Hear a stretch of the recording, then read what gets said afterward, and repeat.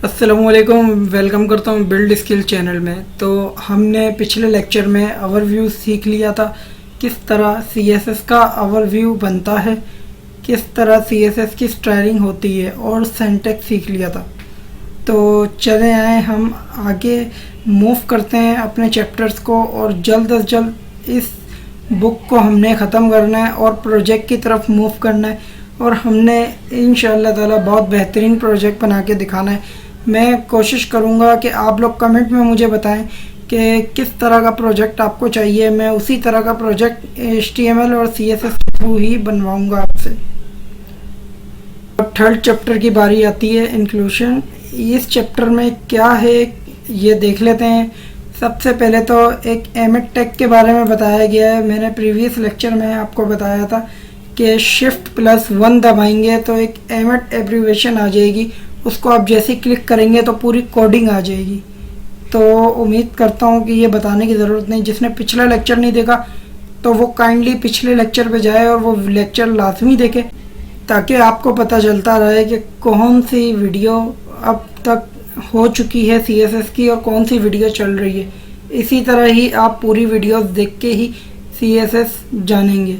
अब आती है इनलाइन CSS की बारी और इसके एट्रीब्यूट की। तो इनलाइन CSS और इंटरनल CSS और एक्सटर्नल CSS, इसके बारे में आज आपको मैं बताता हूँ कि इनलाइन CSS क्या होती है, एक्सटर्नल CSS क्या होती है और इंटरनल CSS क्या होती है।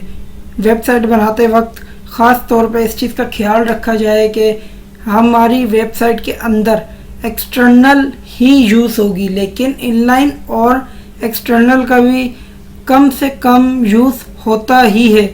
कहीं ना कहीं आपको यूज़ करनी पड़ सकती है। तो चलते हैं अपने विजुअल स्टूडियो कोड की जानिब।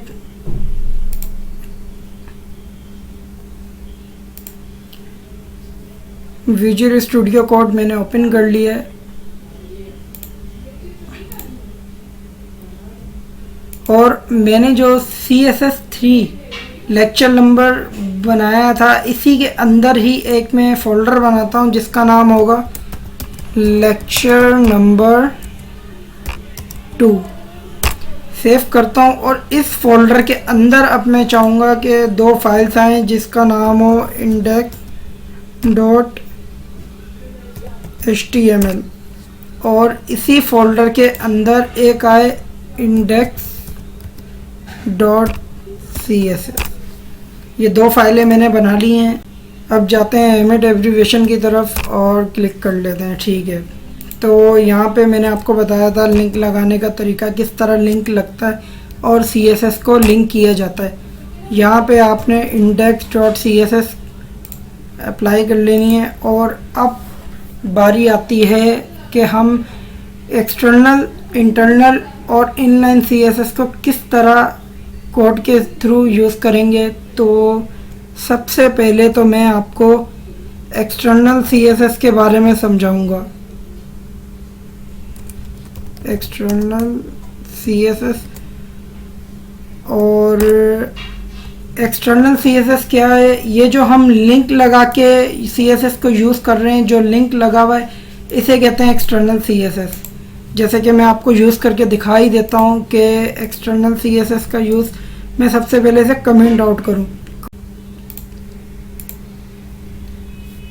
जैसे कि मैंने एक्सटर्नल CSS लिख दिया है, मैं चाहता हूँ कि ये मेरे वेब ब्राउज़र पर शो ना हो, तो मैं Ctrl+// जैसे ही दबाऊँगा ये कमेंट आउट हो जाएगा। ये तरीका होता है HTML के अंदर कमेंट करने का। CSS के अंदर भी काफ़ी कोडिंग कमेंट होती है, वो भी आहिस्ता आहिस्ता करके मैं आपको बताऊँगा।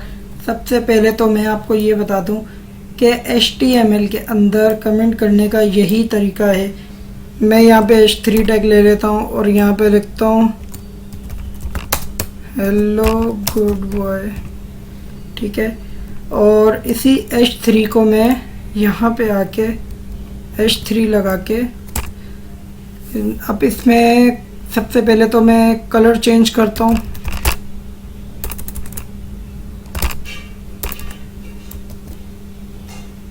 कलर मैंने इसका दे दिया blue and background colour change करता हूँ। बैकग्राउंड कलर मैंने दे दिया इसका येलोनिश।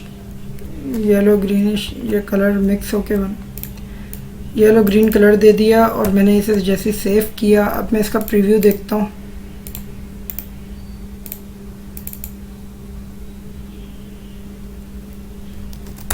मैं lecture number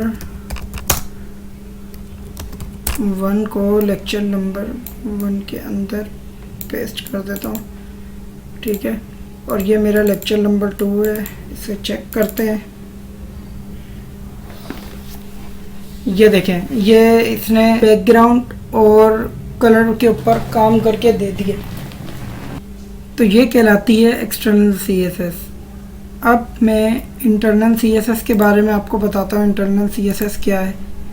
internal CSS head के अंदर लगेगी। मैं यहाँ पे लिख देता हूँ इंटरनल CSS और मैं इसको भी कमेंट आउट करूँगा क्योंकि मैं नहीं चाहता कि ये मेरे वेब ब्राउज़र पर शो हो।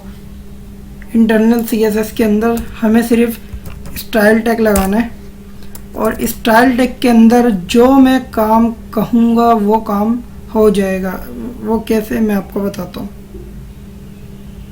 मैं यहाँ पे लिखता हूँ H3, इसका कलर कर दो ब्लू एंड फ्रोजी और बैकग्राउंड कलर कर दो वाइट। सेव किया। ये देखें, ये हो गया ओवरराइट। मैं आपको इसका कलर चेंज करके दिखाता हूँ बैकग्राउंड का।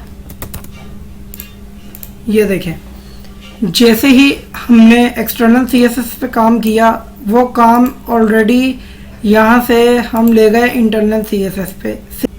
हमने जैसे H3 को टारगेट किया स्टाइल के अंदर इंटरनल CSS के अंदर, तो वो ओवरराइट हो गया। जो काम और पहले से हुआ था एक्सटर्नल में वो ही इंटरनल में फौरी हो गया, उसके ऊपर इम्प्लीमेंट हो गया इंटरनल। अब मैं इनलाइन को भी आपको दिखाता हूँ। इनलाइन क्या होता है। इनलाइन CSS जैसे H3 है, यहाँ पे मैं जाके स्टाइल टैग लगाता हूँ और यहाँ पे मैं लिखता हूँ कलर रेड एंड मैं यहाँ पे लिखता हूँ बैकग्राउंड कलर वाइट। सेव करता हूँ। ये देखें, ये मज़ीद ओवरराइट हो गया है। मैं इसको भी थोड़ा सा डार्कनिश पे लेके जाता हूँ और इसको मैं कर देता हूँ ब्लू। जैसे ही मैंने इसको ब्लू किया और सेव किया, अब देखें इसका ओवरव्यू किस तरह का है। ये देखें, तो मतलब ये था कि जैसे ही मैंने इंटरनल CSS लगाई, एक्सटर्नल लगाई और इनलाइन लगाई। इनलाइन के लिए मैं इनलाइन का एक टैग दे देता हूँ, इनलाइन CSS, और इसको भी मैं कमेंट आउट कर देता हूँ। देखें, ये इनलाइन CSS है और एक्सटर्नल को मैं उठा के ले जाता हूँ बिल्कुल स्टाइल के पास जी। तो ये देखें, ये एक्सटर्नल CSS है जिसमें लिंक लगाते हैं। ये इंटरनल CSS है जिसमें हम स्टाइल लिख के स्टाइलिंग करते हैं किसी भी एलिमेंट को टारगेट करके। और यहाँ पे इनलाइन CSS है, जो भी एलिमेंट है आपका उसके अंदर हम एट्रीब्यूट के तौर पर स्टाइल लगाएंगे और इसके अंदर स्टाइलिंग कर देंगे। तो आपने ये चीज़ देखी है कि एक वेबसाइट के अंदर एक ही एट्रीब्यूट के ऊपर अगर 2 दफ़ा स्टाइलिंग लगाई जाए तो पहली स्टाइलिंग जो होगी वो ओवरराइट होके दूसरी स्टाइलिंग उसके ऊपर इम्प्लीमेंट हो जाएगी, जैसे कि एक्सटर्नल के ऊपर इंटरनल इम्प्लीमेंट हुआ। तो ये थी CSS की 3 टाइप ऑफ CSS स्टाइलिंग। तो उम्मीद करता हूँ लेक्चर मेरा पसंद आया होगा। पसंद आया तो मेरे चैनल बिल्ड स्किल को सब्सक्राइब करें और मेरे चैनल को प्रमोट करें। अभी के लिए दीजिए इजाज़त। अल्लाह निगहबान।